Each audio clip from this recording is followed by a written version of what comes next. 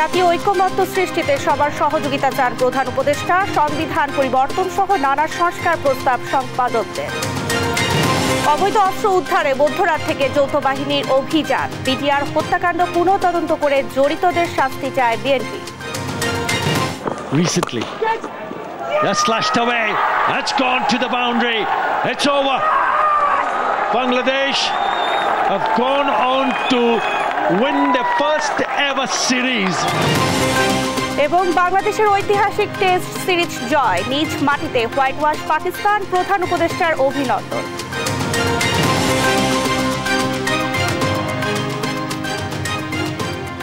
আমন্ত্রণ সংবাদ রাতে, দেখছিলেন সংবাদ শিরোনাম, সঙ্গে আছি আমি শারমিন নাজরী। এবারে থাকছে বিস্তারিত। পাকিস্তানের মাটিতে ইতিহাস গড়ল বাংলাদেশ। রাওয়ালপিন্ডিতে সিরিজের দ্বিতীয় টেস্ট 6 উইকেটে জিতে পাকিস্তানকে 2-0 ব্যবধানে হোয়াইট ওয়াশ করল টাইগাররা। পঞ্চম দিন জয়ের জন্য বাংলাদেশের প্রয়োজন ছিল 143 রান। সেই টার্গেট তাড়া করতে নেমে টপ অর্ডারের 4 ব্যাটারকে হারালেও জয় নিয়ে মাঠে ছাড়তে বেগ পেতে হয়নি সাকিব মুশফিকদের। 6 উইকেটের জয় নিয়ে নতুন ইতিহাসের সূচনা করে বাংলাদেশ এবং সেই সাথে মাঠ ছাড়ে বাংলাদেশ। তামিমুর রহমানের ম্যাচ রিপোর্টে বিস্তারিত। অবিশ্বাস্য অবিস্মরণীয় ইতিহাসের জন্ম দিল বাংলাদেশ রাওয়ালপিন্ডিতে। মুলতানের সেই হারের ক্ষতে হোয়াইট ওয়াশের প্রলেপ দিল টাইগাররা দুর্দান্ত এক হার না মানা কাব্য রচনা করে। এ যেন অন্যরকম বদলে যাওয়া বাংলাদেশের পুনর্জন্মের সূচনা লগ্ন।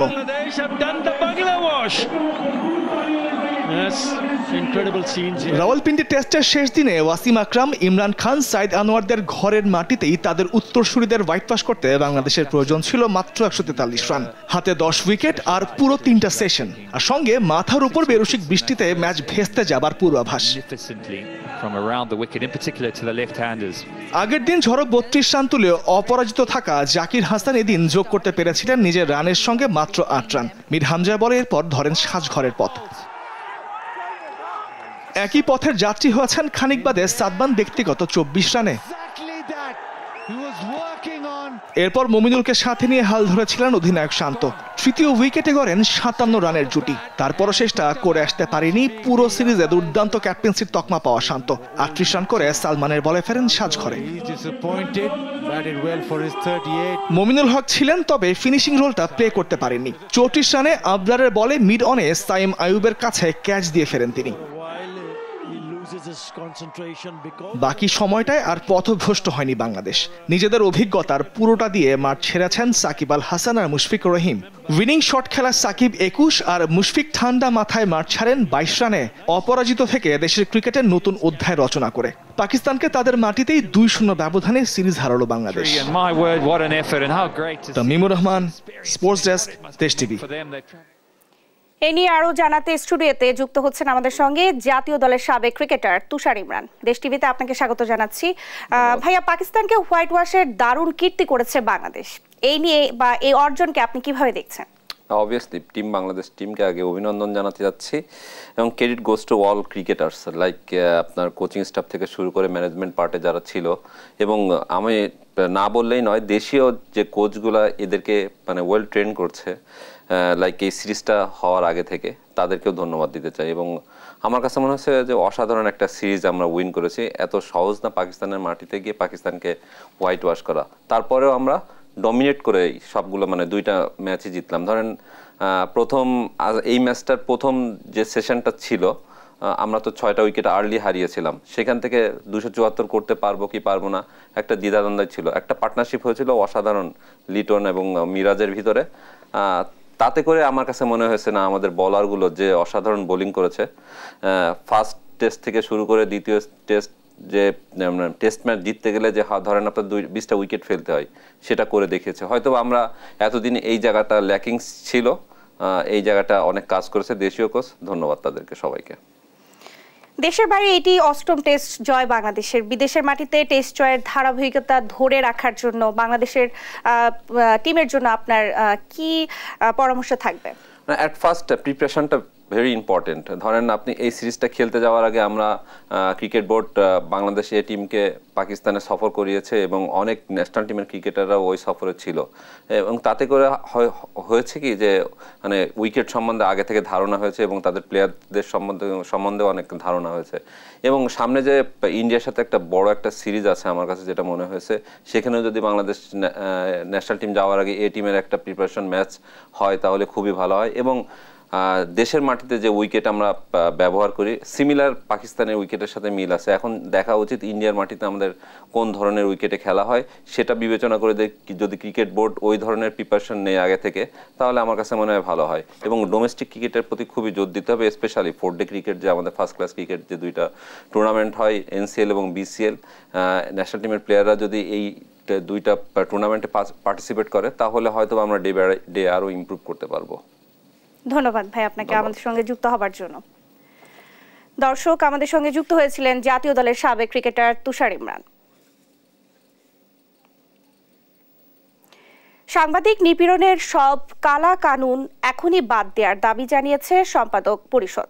রাষ্ট্র সংস্কারের অংশ হিসেবে সংবিধান পরিবর্তন, রাষ্ট্রীয় প্রতিষ্ঠানগুলো পুনর্গঠন সহ নানা প্রস্তাবনা তুলে ধরে সংগঠনটি এ সময় জাতীয় ঐক্যমত প্রতিষ্ঠায় সম্পাদক পরিষদের সহায়তা চেয়ে মিডিয়া কমিশন গঠনের প্রস্তাব দেন প্রধান উপদেষ্টা ডক্টর মোহাম্মদ ইউনূস। শামীমা আক্তারের প্রতিবেদন। রাষ্ট্রীয় অতিথি ভবন যমুনায় সম্পাদক পরিষদের সঙ্গে বৈঠক করেন প্রধান উপদেষ্টা ডক্টর মোহাম্মদ ইউনূস। 1.5 ঘন্টার এই বৈঠকে অন্তত 20 জন সম্পাদক অংশ নেন। বৈঠকে প্রধান উপদেষ্টা ডক্টর মোহাম্মদ ইউনূস এবং তার সরকারের কর্মকাণ্ডে সমর্থন জানান সম্পাদক পরিষদ। এ সময় দেশে নতুন দিগন্ত উন্মোচন হবে বলেও আশা জানান সম্পাদকরা। সম্পাদক পরিষদের সভাপতি ডেইলি স্টার সম্পাদক মাহফুজ আনাম জানান, স্বাধীনভাবে কাজ করার নিশ্চয়তা চায় সম্পাদক পরিষদ। কেউ দুর্নীতি করলে তার শাস্তির দাবি করে নিপীড়নমূলক সব কালাকানুন বাতিলের দাবি জানান তিনি। সাংবাদিকদের নিশ্চয়তা এবং সাংবাদিকদের ব্যাপারে যে এরকম যত্রতত্র খুনের মামলা হচ্ছে এটা যেন বন্ধ হয় এবং এই ব্যাপারে সরকার যেন সুস্পষ্ট একটা অবস্থান নেন। সাংবাদিকদের যদি কোনো রকম দোষ থাকে, তারা যদি দুর্নীতির কারণে থাকে, তাদের সঙ্গে আলাদা মামলা হবে, কিন্তু এইভাবে যেন না হয়। রাজনীতি সহ সব বিষয়ে জাতীয় ঐক্য গড়ার আহ্বান জানান তিনি। সেই সঙ্গে সংবিধান পরিবর্তন সহ রাষ্ট্রের গুরুত্বপূর্ণ সব প্রতিষ্ঠানের সংস্কার দাবি করেন মাহফুজ আনাম। আমরা চাই যে বাংলাদেশে একটা জাতীয় ঐক্য স্থাপিত হোক। আমরা একটা বিভক্ত জাতি, বিভিন্নভাবে রাজনৈতিকভাবে। আমরা এই সরকারের কাছ থেকে কতগুলো গুরুত্বপূর্ণ সংস্কার আমরা আশা করছি।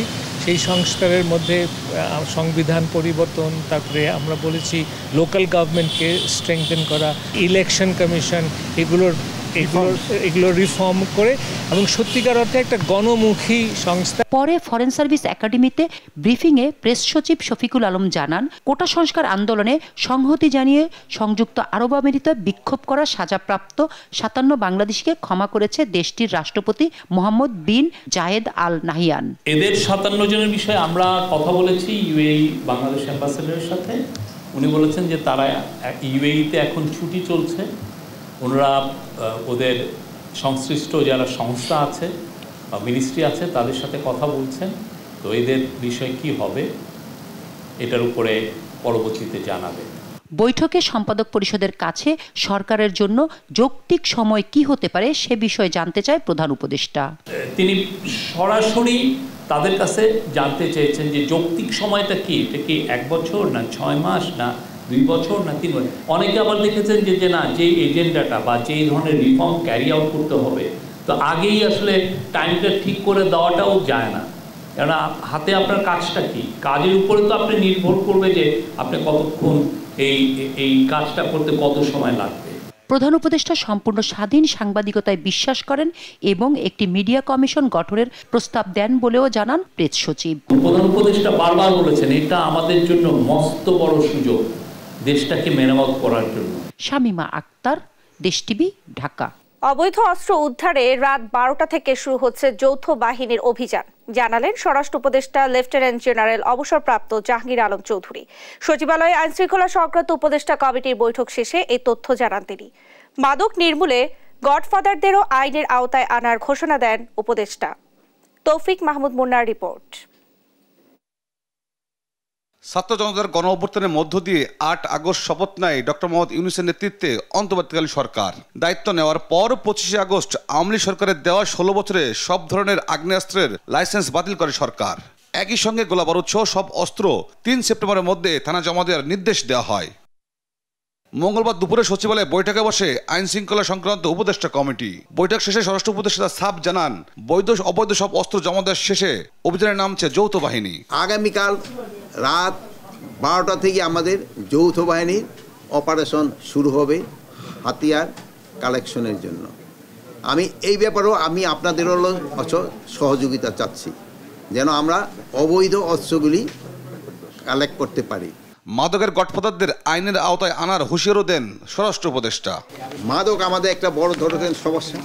এই মাদকটা আমরা কিভাবে নিয়ন্ত্রণ করতে পারি, এই মাদক নিয়ন্ত্রণটা আমাদের জন্য খুবই জরুরি। এই জন্য আমরা বিভিন্ন ধরনের পদক্ষেপ নিতে যাচ্ছি, যেন এটা নিয়ন্ত্রণের ভিতরে চলে আসে এবং মাদকের গডফাদারদের যেন আমরা আইনের আওতায় আনতে পারি। তারপরে আমাদের আরম্ভ হয়েছে আসন্ন দুর্গাপূজা উপলক্ষে পূজাটা যেন সুষ্ঠুভাবে হতে পারে, এই জন্য আমরা বিভিন্ন ধরনের পদক্ষেপ নিচ্ছি। আসন্ন দুর্গাপূজা সুষ্ঠুভাবে উদযাপনের সিদ্ধান্তের কথা জানান তিনি। নিরাপত্তা বা অন্য কোনো সমস্যা হবে না। তৌফিক মাহমুদ মুন্না, দেশ টিভি, ঢাকা।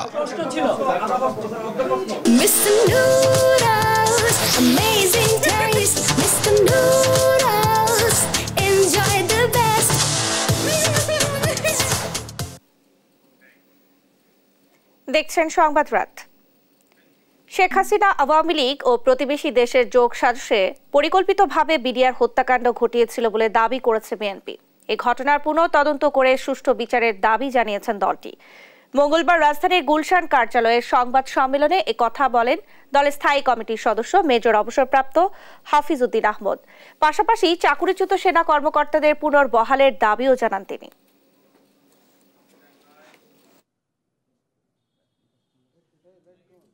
হত্যাকাণ্ডের সাথে যে বিদেশি ষড়যন্ত্র জড়িত, এটি বাংলাদেশের প্রত্যেকটি নাগরিক মনে করে।